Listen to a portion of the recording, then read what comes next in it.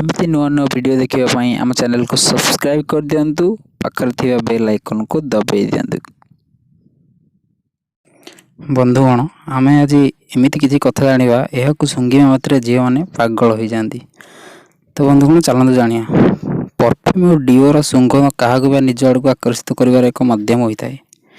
यही कारण हो पुरुष एवं महिला बजार में विभिन्न प्रकार सुगंधर डिओ और परफ्यूम उपलब्ध अच्छी। तथापि आज आम आपन को कहवाक जाऊँ खबर एतर कि डिओ सहित कौन संपर्क ना किंतु यार प्रभाव अतर और डिओ ठारू कम नुहे। विवाह पर आम साथी सह संपर्क रखि था किंतु एबे यह विवाह पूर्व आज युवपीढ़ी कर संपर्क पूर्व महिला सह संपर्क स्थापन करने पूर्व मनरे कामना जगह बहुत गुरुत्वपूर्ण होता है। नचेत संपर्क रे संतुष्टि आसी न थाए से किसी दाम्पत्य जीवन भांगी जाए। बहु पुरुष माने यह करिबारे विफल होइथांती किंतु एबे एमिति एक जिनिस खोजी बाहर करा जायछि जहाँ महिला मानक मनरे कामना को जागृत करियो। यह सुंघिबा मात्रे महिलांक ठारे कामना आसी जाई थाए।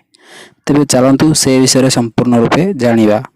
प्रायतः लोक माने उत्साह बढ़ाइबा अनेक उपाय अवलंबन करती किंतु आज आम आपण को एमिति गोटे कथा विषय कहवाक जाऊँ जहाँ शुणी समस्ते आश्चर्य होइजिवे।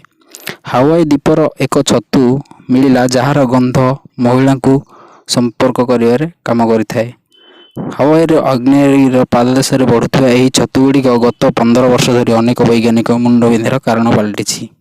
International journal for medicine mushroom द्वारा प्रकाशित एक रिपोर्ट अनुसार 2001 मसीह जॉन हेल्डी एवं नेहा सोले यही अज्ञात प्रकार मशरूम उपर गवेषणा करते जार एपरी गुण था जे यह बास्नार महिला माने काम को हो जाती। यह विषय जानापी यही छतु को नहीं 16 जन महिला एवं 20 जन पुरुषों गवेषणा यही परीक्षण महिला मान छतुर गंध को शुंघा दिया। छतुगुड़ी को शुंघार किसी समय मध्य महिला ठारे काम को परिवर्तन देखा जाइथिला।